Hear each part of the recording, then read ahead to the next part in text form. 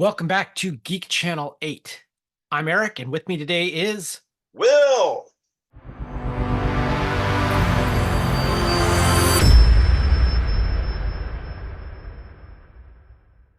Will. How have you been since the last time we talked?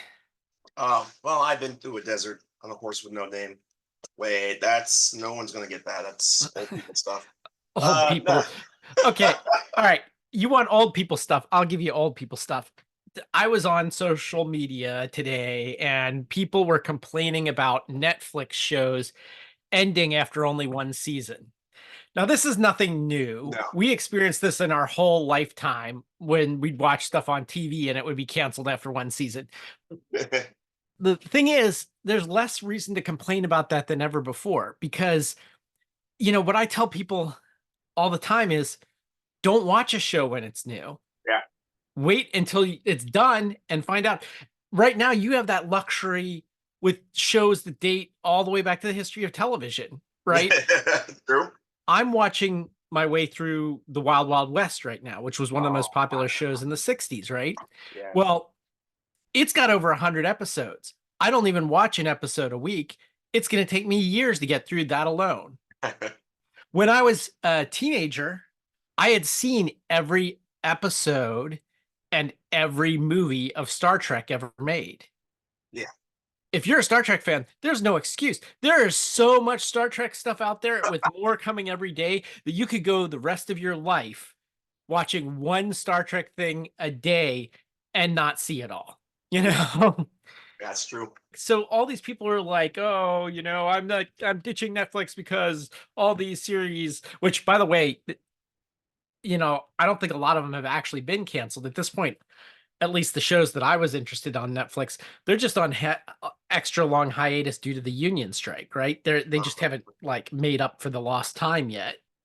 Well, I mean, there is a thing though, right? Where it's from the little I understand, they get more mileage out of a new show than they do out of continuing a successful show. So that's why that happens. I mean, even if they have it's like, wow, we have 3 seasons. We could keep going because people love this, but problem is like it's like, yeah, but they're gonna the actors and the writers are gonna want more money, so we'll just try again with something else. I don't think that's a bad thing, but they need to start approaching stuff with that in mind. So it should be like manga, where it's like, okay, we're going to tell this story. It's going to be one season long, Yes. and that's it. And then we'll like do another story. You couldn't count on like an American comic going the distance for one storyline without changing writers and changing artists, blah blah blah, or even just finishing the storyline. Except Hellboy, 1, 2 issues, boom! I've told you a story. Next one, and he was really good with that. Yeah. Yeah, and so Mike I Mignola. love that. Yeah, it's a great method. It's Yeah. like you had this planned out beforehand. What? Yeah. Mike Mignola. Yeah. Right, mom, my kid's doing they're going to school at the Cincinnati Zoo. So I'm like, did you touch an armadillo today? He's like, yeah, I totally did. I touched the armadillo, fed a porcupine. And apparently porcupines, man, they stink. So who knew? But he's in it. Where is this that he's doing this? Yeah, no, Cincinnati Zoo has a school, right? And it's it's sort of like a vocational school for the zoo. Is this new? No, I thought it was new, but it's been going on for decades. It's crazy. Because the Cincinnati Zoo, it got some good press for like its baby hippo or whatever. Yes. And I think that was like much needed because for years it has been the source of ire and derision and all sorts of things over, Hammurabi. yeah, Harambe, Yeah. the lowland gorilla that yeah, it was killed because a kid fell into the pen with Harambe. But Oh yeah. I don't think they actually talk about that at school. well, today we're going to be talking about whether or not animals need to die because of the stupidity of humans. You know what? There we go. That is going to come up. But before we do that, let me tell you what I've been actually listening to. I consume media in all forms, and one of the forms of media I recently was consuming was radio. One of the earliest adaptations of dinosaur stuff to another media, I was listening to X minus one. Yes.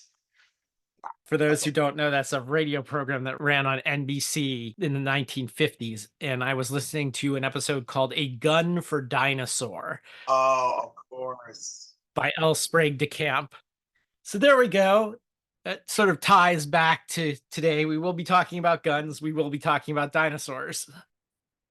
Yeah, no, I actually, I didn't, you know what? I didn't look up the gun, but I'm pretty sure it was a Nitro Express.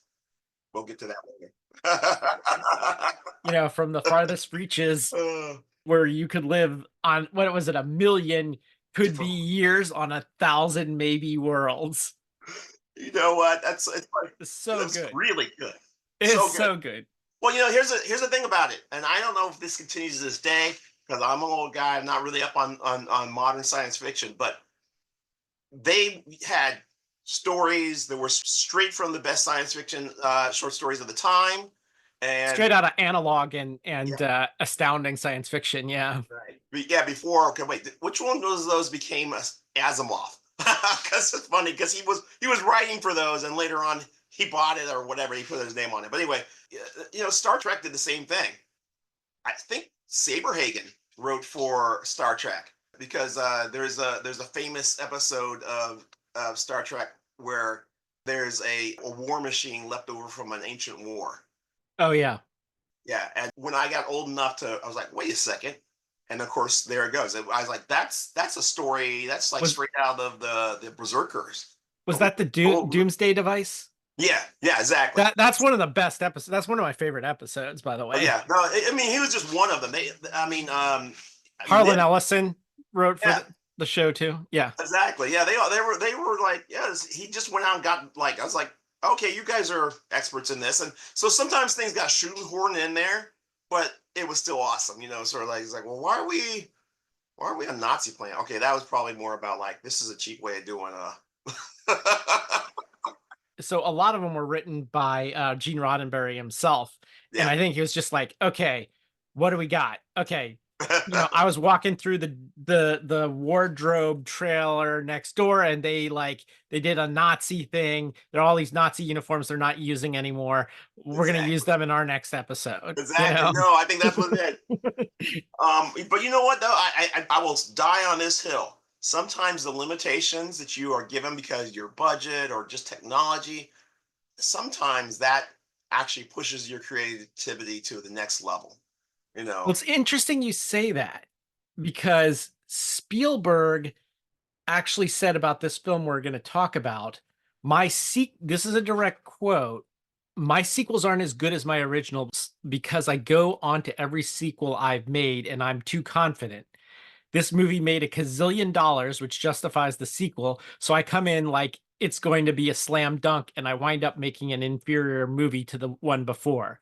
I'm talking about The Lost World and Jurassic Park. So he himself knows that it's like way too easy to be like, I have $1 gazillion and like this is going to be a slam dunk. So, you know, Man, I wish he had talked to Lucas about that. oh, how I'm sure he did. Like they're friends, right? Right. They're like, And oh, we oh well, we we can't no nerd rage right now. No, no, that's not the nerd rage we're here for. yeah. Before we get into the specifics of the movie, let me give you background to kind of what was going on in the world in the year before this movie came out. So in June of 1996, an explosion in a firecrackers factory in Sichuan province, China, killed at least 52 people and injured 83 more. Damn. In July of 96, Dolly the sheep was the first mammal to be successfully cloned from an adult cell, born at the I think it's pronounced Roslin Institute in Midlothian, Scotland. The idea that the Scottish would clone a sheep. That's a little on the nose, but In August of 1996, August 16th, at the Brookfield Zoo in Chicago, a 3-year-old boy fell into the 20-foot or 6.1 meter deep gorilla enclosure. And Binti Jua, a female lowland gorilla, sat with the injured boy until his rescue. Oh, Just figured I needed to bring that up because of the Harambe thing. All right. yeah. I don't remember how long it took them to rescue him, but the gorilla didn't do any harm to him. September 24th of 1996, US President Bill Clinton signed the Comprehensive Nuclear Test Ban Treaty at the United Nations. On the 22nd of October, there was a fire at La Planta prison in southwest Caracas, Venezuela, and that killed 30 prisoners. November 25th of 96, an ice storm struck the United States. It killed 26 people from the storm itself and hundreds more from accidents. And a powerful windstorm hit Florida with gusts of up to 90 miles an hour. December 27th of 96, the Taliban forces retook the Bagram Air Base, and that created their buffer zone around Kabul, Afghanistan. And then 1997, on the 19th of January, Yasser Arafat returned to Hebron after more than 30 years and joined celebrations over the handover of the last Israeli-controlled West Bank city. Jeez. We're, Man, we're not going to go there. We're not going to go nothing's there. ever over. Though I will admit, I will mention when we talked about the Taliban there, if am I remembering correctly, that they took back from the Russians at that point? Well, they took it back from the quote unquote allied US forces, although they had previously taken it back from the Russians, and that was in the 70s, I think. I'm, Uh, I mean, unfortunately. February 28th, north of 97 in North Hollywood, there was a shootout with two robbers wearing Kevlar body armor and armed with illegally modified Type 56S rifles with high capacity magazines and other weapons. They injured 20 police officers and civilians in a gun battle. So the that shootout, the Hollywood shootout, Mm-hmm. some people have suggested that that was actually inspired. That these guys were inspired by watching watching the movie Heat, which in itself is considered to be almost like almost literally a textbook example of how to perform like urban operations to the point where they actually show the movie to guys who are going to be doing that in the military. So it is bizarre and almost terrifying somehow sometimes how the movies inspire things that in turn inspire the movies and back and forth. I always think about the how we have all these rat rods running around uh, out in the world, guys who build all these beautiful like hot rods that are like all pimped out in a post-apocalyptic way, inspired by the Road Warrior, to the point where those were the guys who, in the most recent movies, yeah, that's who they turned to. They didn't need to go looking around. They had guys who were doing that already. They didn't have to invent it from scratch because they had created this entire culture. All right, so sorry about that side.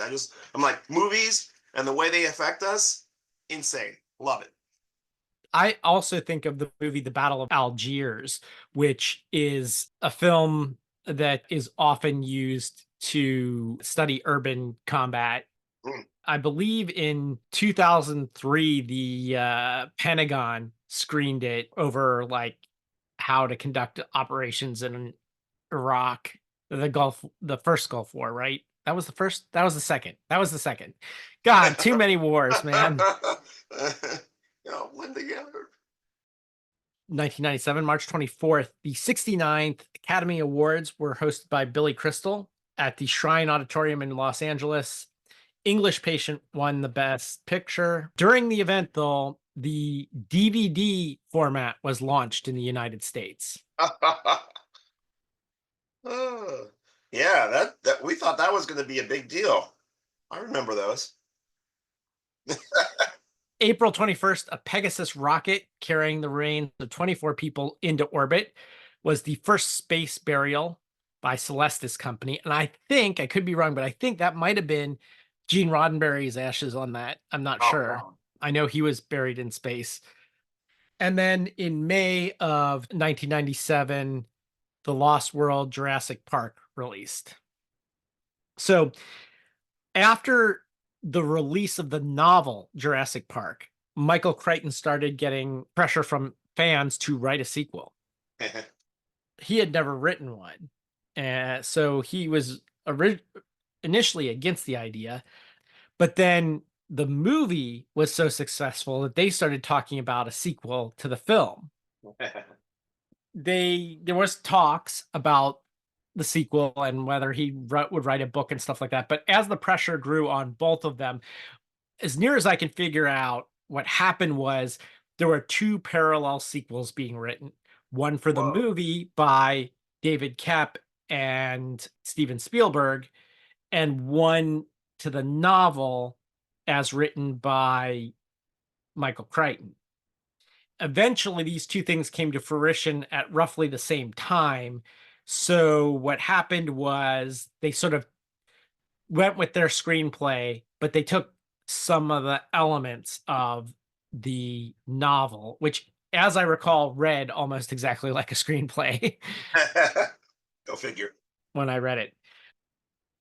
At the time, Spielberg wasn't committed to directing the film adaptation because he had just launched this DreamWorks studio, and so he was busy. Meanwhile, on the other side, you had David Koepp writing the screenplay for the sequel to the movie, and he collaborated with Spielberg on the screenplay. But I think it kind of like a Jaws situation where he probably wrote most of it, and Spielberg put some touches on it and then put his name on it. You know, Yeah. the one thing I really like is there is some kid out there, some fan who is our hero for this, because Koepp said that he received letters of advice from children who were interested in the film. And according to Koepp, one letter read, and this is the quote, as long as you have the T-Rex and the Velociraptor, everything else is fine. But whatever you do, don't have a long, boring part at the beginning that has nothing to do with the island. Wow. All right. So kept the letter and as a, in his words, reminder.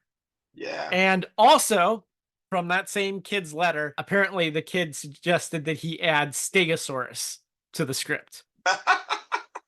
So some kid somewhere who is now like an adult, Oh my gosh. Yeah. some millennial now in their 30s, late 30s probably, is like responsible for the fact that we got Stegosauri finally in this thing, and that they didn't waste a lot of time at the beginning, like with crap that had nothing to do with the island. Yeah. Oh, I mean, if that's all you managed to do was like give advice on a movie like this and have it taken to heart, that's pretty good. That's bragging rights. Of course, does he even know? He probably doesn't even know. I don't know. Oh, he doesn't even know. He might not even remember. Crazy. So if you're out there listening and you're the one that wrote that letter, thank you. So after the novel was finished, Crichton wasn't really consulted about the film. And basically, he eventually, because he didn't know anything about it, declined some of the merchandising rights. And at that point, that sort of forced the hands of Kathleen Kennedy. We'll get into Kathleen Kennedy if we ever talk about Star Wars. Wow. I want to avoid the nerd rage on this one, but she was the producer and sent him a copy of the screenplay. Kathleen Kennedy said, quote, in the same way Michael doesn't see writing as a collaboration, Steven went off and did his own movie. When Michael turned the book over to Steven, he knew his work was finished, unquote. By the time Crichton had finished his novel, Spielberg and Koepp had already been discussing ideas for the film for more than a year, and they combined some of the ideas that Spielberg devised along with some of the ones that Crichton devised. Hmm. And Spielberg says the middle portion of the novel was lacking in story narrative, but that Crichton's setup was excellent, and he put Spielberg and his crew on the right road. To prepare, Spielberg was more insistent that Koepp watch the 1925 film, The Lost World, than he was on having him read Crichton's novel. But Koepp did both. During an early meeting with Koepp, Spielberg determined that the primary conflict of the original film involved herbivore dinosaurs and carnivore dinosaurs. And this sequel should involve a similar conflict between the humans, a set of humans that are gatherers or observers of the dinosaurs, and Uh, hunters who oh, capture the dinosaurs. okay. And Koepp said that the 1962 film Hatari, about African animals like lowland gorillas Uh, being captured for zoos, had a big influence on the Lost World script. huh. Spielberg and Koepp just ignored a lot of the stuff from the novel, and they devised a new story, including some of the ideas that Spielberg liked, like a second island populated with dinosaurs. Hmm. Also, the part where half of a two-part trailer dangles from a cliff after being attacked by T-Rexes. That was from Hmm. Triton's novel. Also, the idea of parenting and nurturing behavior among dinosaurs, and a baby T-Rex and a child who stows away in the trailer. Those are things that came from it. Other interesting things here is there is a character. I love this. This is like dueling paleontologists here. There's a paleontologist named Robert Baker who believes that T-Rexes were predators. You know, the way that we all think of the Yeah, T-Rex right, right. attacking kind of thing. So the character of Robert Burke in this movie Yeah. is based on Robert Baker, the guy who believes that they're predators. Right. All Okay. right. Now, the film itself hired a different paleontologist, Jack Horner, to be their technical advisor. Now, he has a differing view of T-Rexes. He thought of T-Rexes as being protective, yes, of their young, but not inherently aggressive. Hmm. Interesting. So Horner asked them to uh, to kill Burke in the thing. He requested that character Burke get eaten by a T-Rex, as like a diss, I guess, to Baker. But apparently Baker didn't take that way because He's like, he's see? yeah, he said it vindicated his theory that the T-Rex is a predator. My So gosh. You know what? This is like Scherzer's cat stuff right here. It's like the beefs amongst scientists. It's just epic. I love it. a couple more things. Vince Vaughn was Oh in the my. cast here because Spielberg was impressed with Vaughn's performance in the film Swingers. Okay. Fair.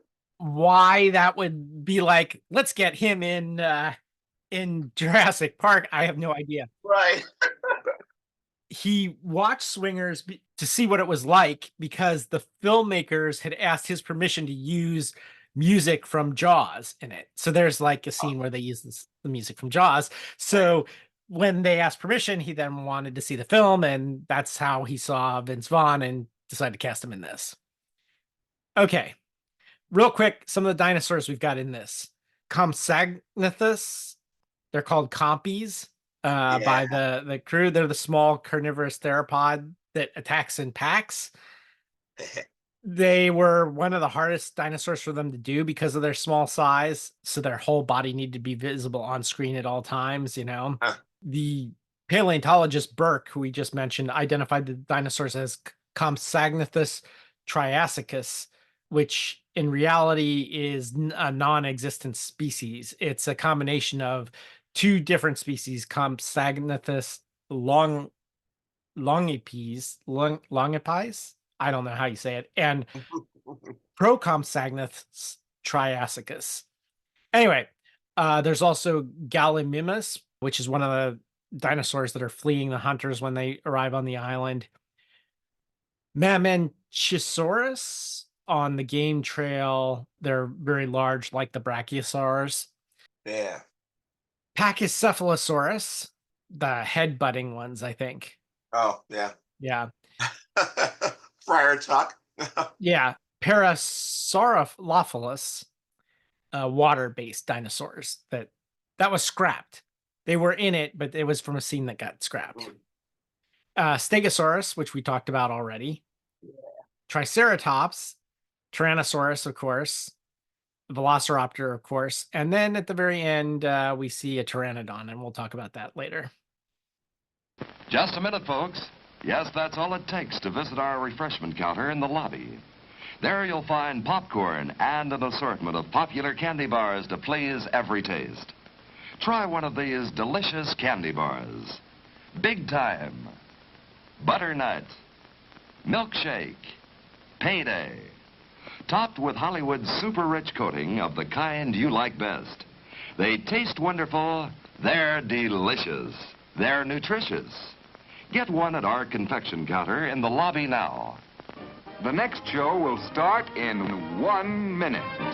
All right. So this is actually very closely tied to the movie, to the point where it's product placement. It's just flat out product placement.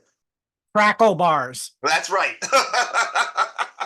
I think they're very good, but in particular, what happened is that they had been consigned to just being mini bars, and you know they have the little mini bars in the back, the giant bag of candy, and so they have been consigned to just being those little bitty bars for years. And coinciding with this movie, they came back out with full-size bars. It was like a big deal. Oh, and then they also, on top of that, they had Jurassic Park branded ones. That obviously not in the movie, but they were Jurassic Park branded. With each one of them had a different imprint of a dinosaur on it.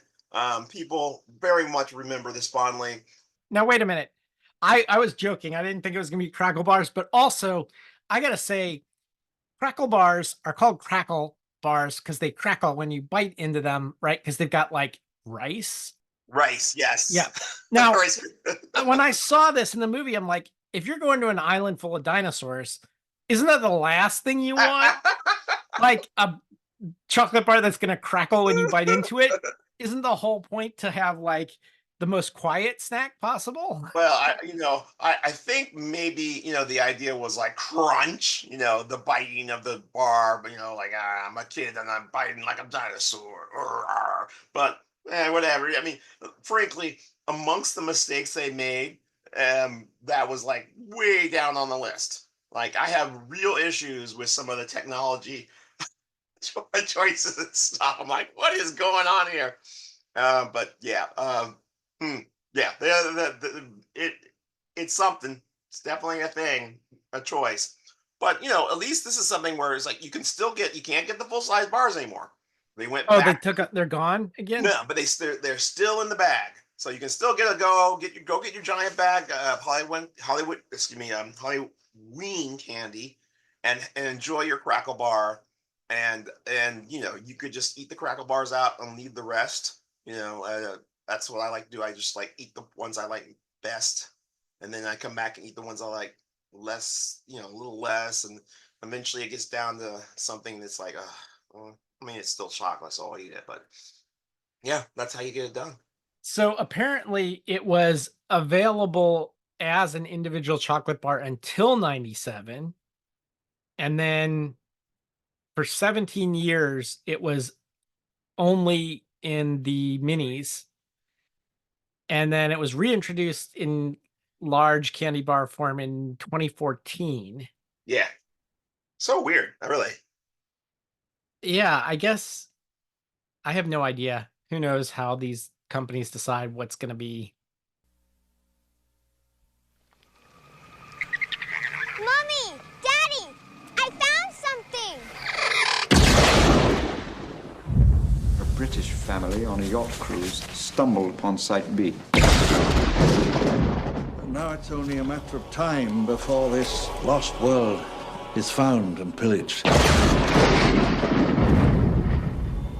Hopefully we've kept this island quarantined and contained, but I'm in shock about all this. Isn't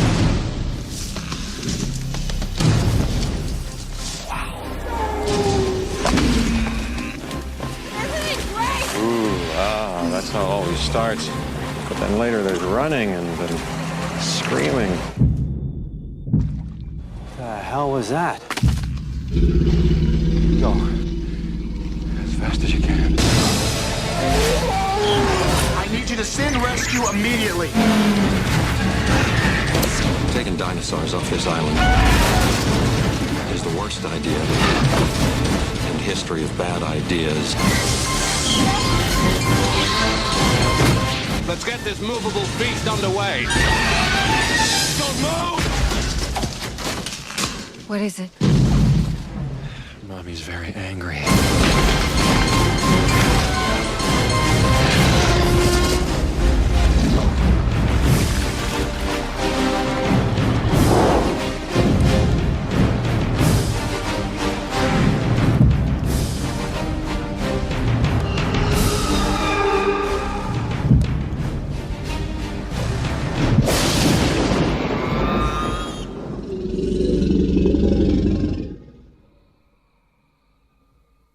It opens where there's this very wealthy family, husband and a wife, very like Thurston Howell and Lovey, Oh yeah. vacationing on this beach. Their yacht is parked off of the coast, and their daughter, and then they have all these staff of attendants with them. And the little girl runs off to go play, and she encounters these tiny little compies. We don't know, but because it's off screen like so much stuff, they clearly did not want to get hit with a R rating or something. So they don't show it, but she's presumably eaten by these things. Although they tell us in the next scene that she's fine. She was just that then takes us to the next scene where Ian Malcolm is waiting on a subway. He's recognized. Only the lunatic fringe believes him, of which some guy approaches him on the subway and tells him he believes him. He's traveling to John, the guy who started InGen's mansion. Yeah. Where InGen has like booted him out of the company he started, and he is forming a team to go back to Plan B. Plan B was the second island where they would like actually create the dinosaurs and then like put them on the first island. He's like, don't worry. He's telling Ian Malcolm, like, I'm not going to make the same mistakes as last time. And he's like, and classic Jeff Goldblum, he's like, no, you're making whole new ones. Which is true, right? Right. Like, one of the greatest things about this whole thing is that the Ian Malcolm character is perfect, because right from the beginning of these things, he says what you and the audience are thinking, It's like he gets conned into doing it because his girlfriend's a paleontologist played by Julianne Moore, and she's already on the island, Sarah. Yeah. So he's going to go along with two other people, and she's already there. Well, there's one guy. He's a photographer, and then the other guy is actually he's a gear specialist. He built the gear that they're using. Normally, he doesn't go into the field. I got problems with that guy in particular.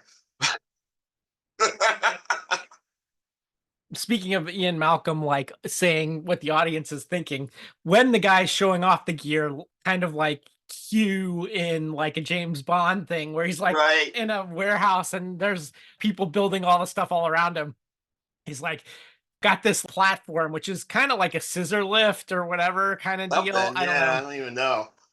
Except for it works by pulleys or something. I don't know. But anyway, and it's and he's like, oh, it's a high height. And he's like, what's that? Well, it goes up high and you hide. And Ian Malcolm's like, oh, a convenient biting height. We also find out that he has a daughter. Yes. Yeah. She is a gymnast, or she was on the gymnastics team, but got cut. He's never pays attention to her and stuff like that. Well, I mean, he's a rock star scientist, right? And who's now discredited because he came back and no one believes the stories he told. And he's as every bit as not, and basically the kind of absentee dad that you would expect. You know, and that it's interesting. I thought it was like, okay, well, this will be interesting. I mean, the next beat we know what's going to happen because it's sort of like she's like not Chekhov's gun, but Chekhov's child. Yeah. You don't have a main character introduce their child and then never see them again. Yeah, so we know what happens next. I was like, okay, I guess we'll see that kid again. And where will they be? On the island. Sorry, spoilers. Why we don't have Sam Neill and Laura Dern's characters in this again, I don't know. Like they're just never explained. They're just not here. I don't know. They might have mentioned something about them, but I can't remember. It would have been in the scene with, when he's like, yeah, we're going back. And da, da, da. Honestly, in a way, I like, even though it's sort of like, wow, you're going to go save your girlfriend, but it's also like nothing else would have compelled him to do this because he's like, no, I'm not interested in going. I nearly died the last time. Okay, like, nah, I'm not doing that. And I like that because instead of like, oh, I'm intrepid, I'm a hero type, he's more like, no, I'm a survivor, and I don't, and I consider myself a smart person, so that's why I don't want to go back. I don't know. Do you think he's the is he the author insert? Oh yeah. No, we said that last time. Ian Malcolm is definitely the Mary Sue. He is the voice of Michael Crichton in this thing. Yeah. So he delivers the classic lines, life will find a way and stuff like that. Right. They go back to the island, and when they get there, they go looking for Sarah and find her observing Stegosauri, Yeah. which she gets a little too close to, and they like swing their thagomizer at her.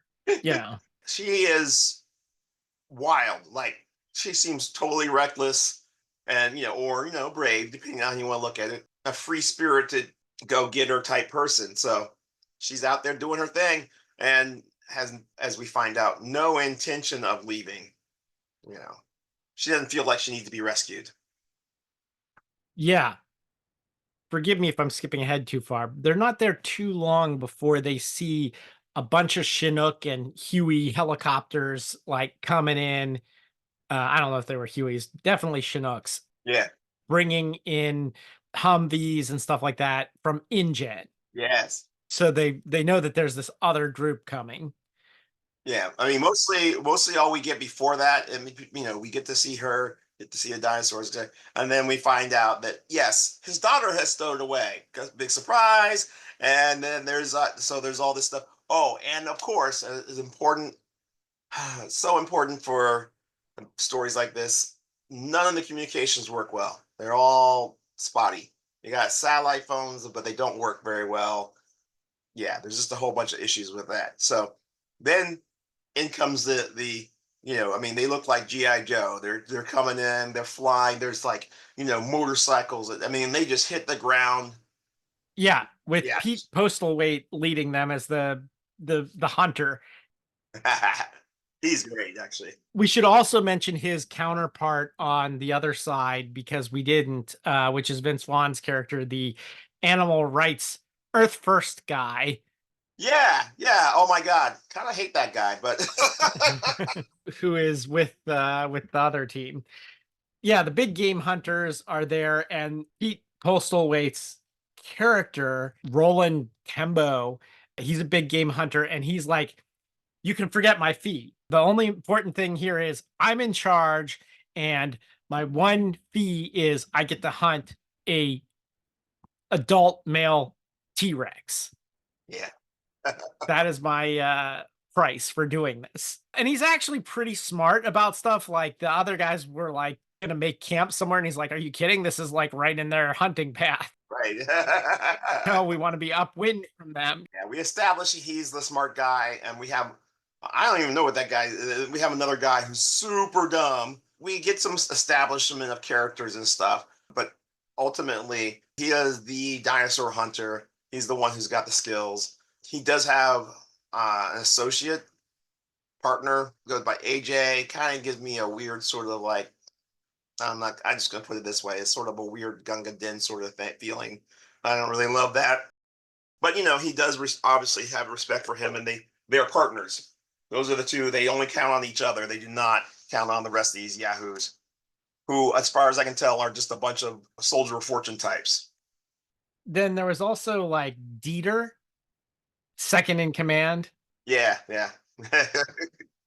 He basically likes to taunt the little dinosaurs with his cattle prod and stuff. We're like, oh, you're a horrible brute. We don't like you. So you know that he's gonna meet a bad end. Exactly. There's certain people are gonna die, and he's like top of the hit list. Yeah. They are observing them capturing the dinosaurs, and there's all these cool vehicles, which I'm like, oh, toy. That's also a toy. That's also they're gonna sell that as a toy. This is all I like. I'm like, there are these elaborate vehicles with people, and the thing is that they're not shooting them. Like everybody has a gun. There's no shooting involved except for a tranquilizer, but they have all these nets and this other kind of stuff, and it's a very like, oh yeah, you definitely make a play set out of this stuff, and complete with action figures. I'm like, this is a great sequence and setup. And then the other setup part of it is our hunter. He's like, hey, yeah, all right, okay, so this is going all right. So I'm going off because this is a T-Rex track. We're going to go find it. He's going to go collect his fee. Yep. To do that, he tracks the T-Rex back to its nesting area and finds a baby T-Rex there, a single baby T-Rex.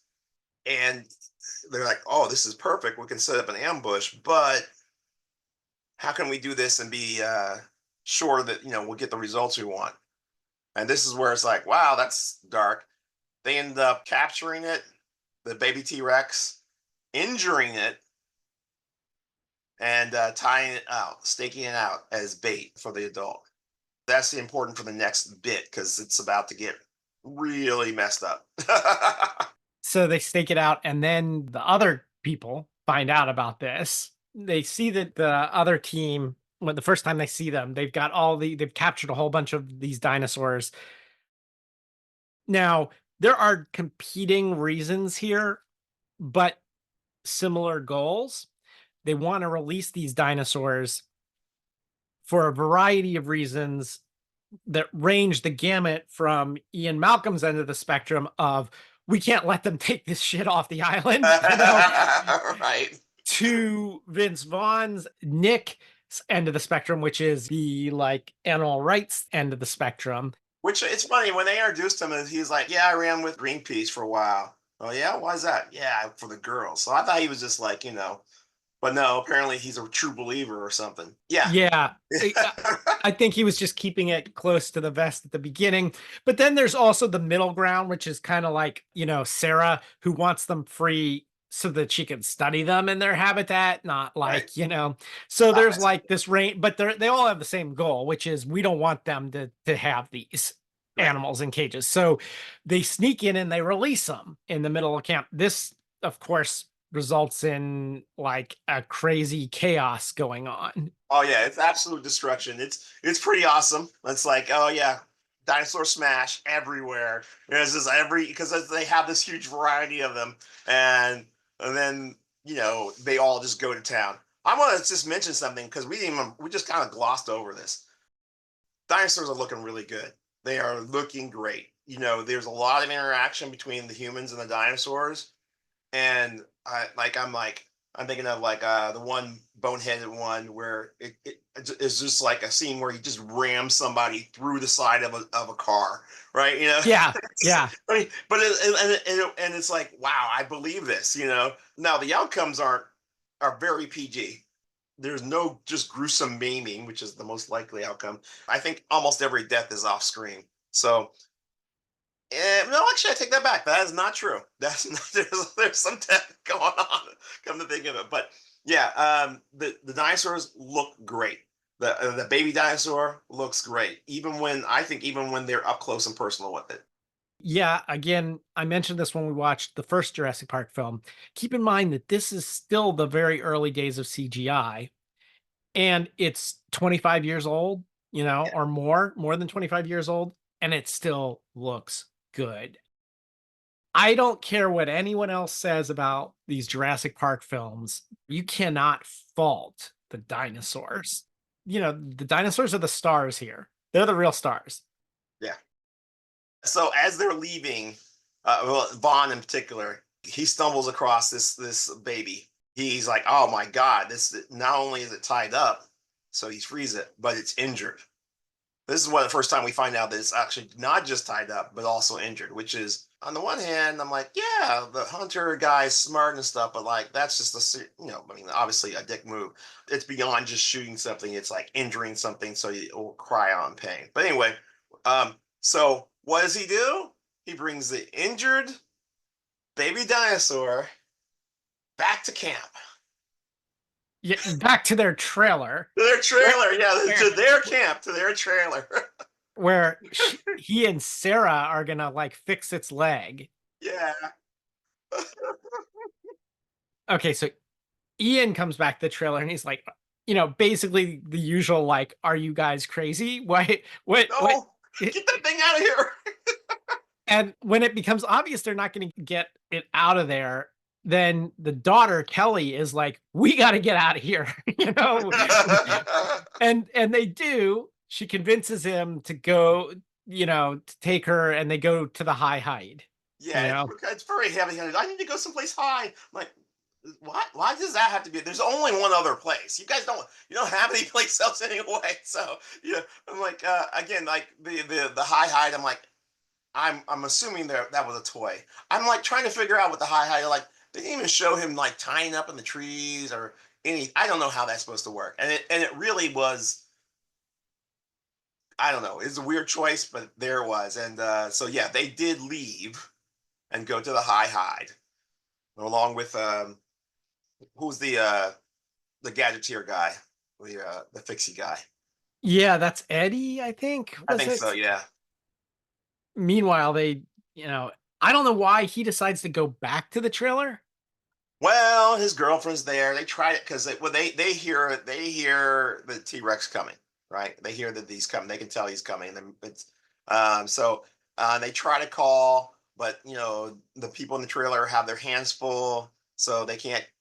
There's no contacting them, and so he has to go rushing. This is one of the dumber moves, but I guess we're gonna excuse it because of being in love, which always makes people do stupid stuff in movies. Yeah. But he leaves Kelly with Eddie in the high hide and goes back. They're in touch by walkie-talkie or whatever. And of course, by the time he gets back and he's like, you got to get it out of here. You got to get it out of here. It's too late. The T-Rexes, both the mother and father T-Rex, have surrounded the trailer, and then they do gently take it out, close the trailer, and go back in. And you're like, okay, they gave it back. It's over. No, they decide. We find out the T-Rexes consider this a threat in their territory, so they basically start ramming the trailer and to knock it off the cliff. Yes. Okay, so this is where I start getting annoyed because I'm like, you got this guy, he's supposed to be the super, build all this cool stuff. Is there like an anchor system or anything? No. No, they just park it right on the edge of a cliff with that. Okay, no, wait. I have an excuse for the cliff part, which is I can see how they maybe thought, they didn't expect that the dinosaurs would push them off a cliff. Like, I could see where they thought, like, okay, just like a castle, right? We're going to build it next to the edge of a cliff so we can't be attacked from that side. Right. That's true. That's true. Fair. Okay. But I mean, my main thing is it's like, even before they pushed it off, they were starting to wreck that thing. I mean, maybe they gave you bad numbers on just the forces that a T-Rex could exert or whatever. I don't know. But and this is across the board for all the equipment. This all stuff, everything's made out of tissue paper or cardboard. The most. There's nothing can stand up to these animals. It's pretty brutal what happens to all this stuff. And then what happens next, because I'm like, you're a gear guy. But anyway, so they get pushed off the cliff, like while they're inside. And there's a really cool scene where inside the trailer they're like, so it's a two piece of trailer, like it's like articulate truck or whatever, like bus. So Yep. and then so they're inside on the back end, it's hanging vertically down the thing, and Julianne Moore's character falls, and it looks like she's going to fall straight into the ocean and rocks below. And instead, she just smacks flat into the glass, almost like a Wile E. Coyote moment. And then she's knocked out, and they're like, wake up," because they show all the glass cracking. It's like, Yeah. yeah, and she does wake up to that, and she's like, ah. So they start cranking up the like, oh crap. It's like, wow, that seems like a really horrible way. It kind of gets you. It's like, oh, you know what? I'm liking this one. This is a good. I've not seen that before, and that was really cool. Yeah, although my problem with this scene was, okay, so the one guy that's left to rescue them, Eh, he manages to tie to a tree a rope. We're just going to call it a rope, and like sends it down through the front windshield down into them. And yeah, they're like holding it and they're climbing up that. Meanwhile, he uses a winch on his SUV to connect to the front of the trailer, and he's trying to pull it up well, and he starts doing that because it's starting to slip. The top part's starting to slip. It's in the raining. mud, in the Yeah. rain. And yeah, I had to watch it a couple of times, and something about this scene doesn't work for me. And I'm not entirely sure what it is. I may be misremembering stuff, but like at one point, the rope that they're climbing slips and they go Yeah, falling, but yet somehow it still remains attached. I'm not yeah. sure how that happens, or he goes and reattaches it. How does he reattach it? How does the rope not fall all the way down and I them don't. fall? That part Yeah. is not even. I mean, to me, the first part is like, you're supposed to be a gear guy, and you try the worst fucking knot. Yes. Come on, His man. his knot skills are not great. And then he tries like putting the car in reverse and all of that, which Yeah. that's all well and good. Although if it were me, I think I would have like winched around a tree. Exactly what I was thinking. Yeah, you basically you can just let it on up. So I mean, that's exactly what I was thinking with that. And honestly, I was surprised. I'm like, okay, so they do, on the one hand, they crank up the intensity, and that is cool. But yeah, there's a lot of head scratchers in there. It's like, And then the T-Rexes show up and eat him, which yes, I'm not sure exactly why they decided to do that, but I guess he's still in their territory too, and whatever. And so you get this great scene where he gets eaten. yeah. No, not a lot, no blood that I remember, but lots of like, oh wow, that guy just got pulled apart like a chicken wing. Oh my god. Yeah. And this is the first time we get someone who, other than not being a great gadget guy, didn't really. This is the first time we get like an innocent death, I think. Whereas like we already had Dieter who like taunted the little compies, and then eventually like he goes off with one of his buddies in the rainforest to take a piss, and like the buddy is listening to like music on headphones and doesn't hear him, and he gets Right. lost and eaten by the compies. It was sort of a weird insert, because ended up going off on his own, and and then getting messed up and all that stuff. I like that. I thought it was great because I mean it's very much the jungle survival thing. Yeah. He ignores them, he mistreats them, they devour him in the most horrible way possible. Because even though they show him getting bitten and they're all over him, not some blood, not a lot. They one scene they have like one of them has him by the lip. It's oh god, I'm like because I thought they were Yeah. having him tear it off. It's like ugh. So but when in his end they don't show his end because I mean honestly I would have probably put it on an R rating. It's just like oh yeah he just got eaten bit by bit. No, we're not doing that. Eddie was actually not like Dieter. So like when he dies, it's actually kind of sad. It is. Yeah. They do get rescued by, of all people, the hunters Yes. who save them. But all their communications gear is lost because the truck goes off the cliff, and all the communications gear of the hunters is gone because it was destroyed by the rampaging dinosaurs that they let free. So now they're forced to team up, and admittedly, people are pretty cool about this. Yeah, honestly, I'd be like, you guys, no one's gonna know what happened to you on this island, buddy. But they don't do that. They're not monsters. Well, not everybody is, but then we get a scene where they're all like traipsing through the jungle trying to go to safety, Right. and Pete Postlewaite's character, Yeah. Roland, sets down his gun for dinosaur. He Yeah. sets it down while he's talking to Julianne Moore, and you see it's in the foreground, so you know that's significant. He's calling attention to that particular gun, and she's falling asleep, and next to her is Vince Vaughn's character. And so you're like, he's going to do something. He's going to take the gun. He's going to do something. Yeah. We don't see him actually do anything, but he does look at the gun, and then it cuts away. And this is good restraint on Spielberg's part. I liked the fact that he didn't show us him tampering with the gun. Yeah. But he even kind of gave us another foreshadowing, because they're walking along side by side. Our Greenpeacer, he's like, "Oh, you seem like you know what you're doing. You don't seem like an idiot." It's like, yeah, talking to him. It's like, "Yeah, so hey, what's that? What kind of gun you got there? Oh, can I see that?" And the guy, he's like, "Nope." He's like, he's already foreshadowing that. And it's like, "No, you cannot see my gun." That was from earlier, right? Yeah, that was earlier when. So clearly Roland like let down his guard a bit, because it was like, he left his gun sitting next to a tree.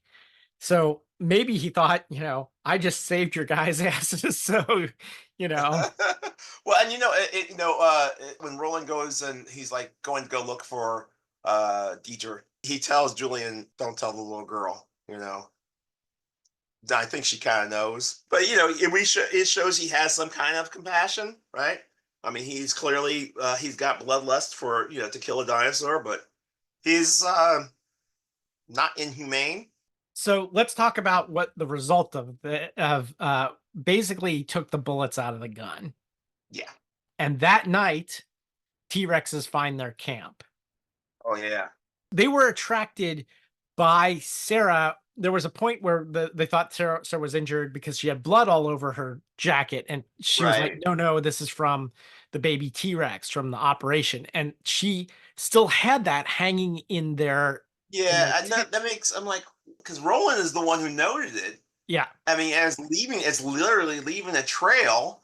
Was he like hoping that T-Rex would show up? Because he's like, "Haha, I can still get my chance." Because I mean, otherwise you would ditch that. Why would you ever keep? It's like you're in the middle of like a jungle. I think some assumptions were made here, and I think the assumption was T-Rexes got their baby back, so they're not going to be like looking for T-Rex blood. All they care about is protecting the baby. They're not going to come back for revenge. But it turns out the T-Rexes are smarter than they thought, and so they're like, "Oh, we still smell them in our territory. We're going to go." Yes. Yeah.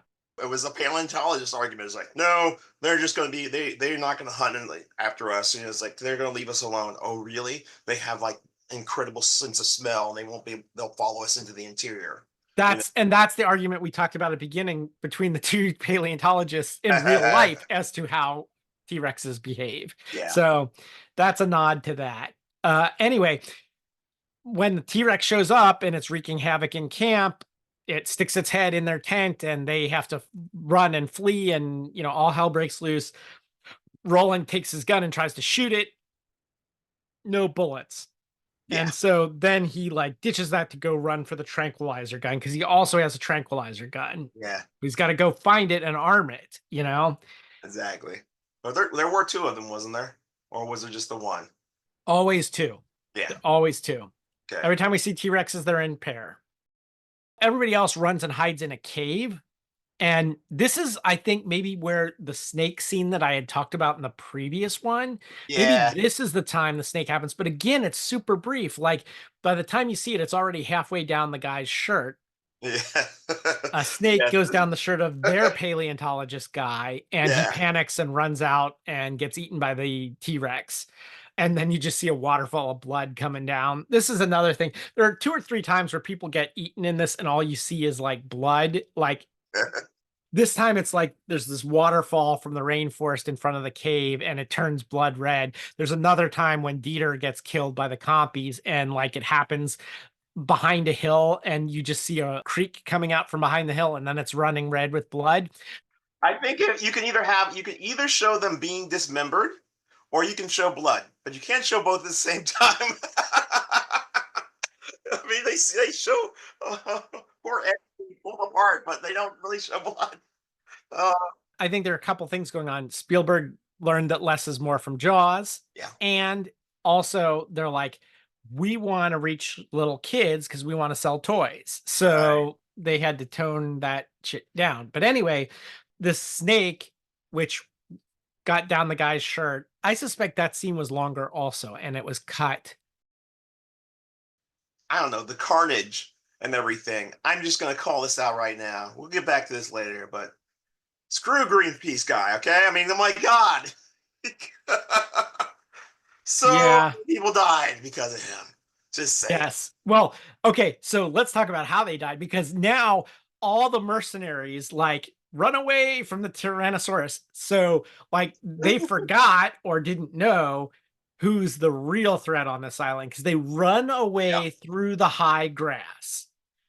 Now, who lives in the high grass? We know this from like the last movie, the raptors. Raptors. Oh yeah. So now it's out of the frying pan in the fire, because like as they're running through the high grass, suddenly you see all these trails of high grass converging on them. Yes. And you know what we're in for. And suddenly people are like dying left and right. Like They just get pulled. It looks like they get pulled beneath the waves. It's crazy. Now I'm like, okay, so apparently they didn't hire any Americans. I mean, say within the movie universe, because I'm like, these are people who have guns. But first of all, they would never let. I mean, if they were Americans, I mean, something was going to get shot. No, I mean, obviously, there's like you always with a monster movie, the guns have to be ineffectual or not used, etc. There has to be some reason why it doesn't work. But like, yeah, they're just absolutely terrified and absolutely ineffectual. I believe this is when Roland's partner goes down. He's yelling at them, "Don't go into the tall grass." But sometimes how he does, he goes himself. I'm not really sure what happens there. even Ian Malcolm and Sarah and them end up in the tall grass, and then they realize what's going on ahead of them, and then they make for the jungle line as fast as possible. Yeah. The universe building is pretty good. Yeah, T-Rex is T-Rex. You can never diminish that. But you know, it's almost like, so well, you can reason with a T-Rex. There's no reasoning with a velociraptor. Those guys are they're just going to eat you, and there's always more of them. And oh yeah, no, it's so far I'm like, yeah, I feel like this is even when dealing with the T-Rex, again, Malcolm tries to get people to not move, and he hunkers down when the camp is attacked. But you know, no, people aren't listening to him because it would be really hard to do that when essentially a dragon is right there. So Yeah. Okay. So the world building is well on its way, and I think I like that about this. You know, it makes me almost like, well, maybe I should watch the rest of them. Of course, who knows how that's going to go, but Basically they make it to the island communications place. There's like Jurassic Park stuff on the walls. I don't know if they meant to try to indicate, or they had originally thought maybe they were going to try to indicate that they were actually on island Nublar and not Isla Sorna. I don't know.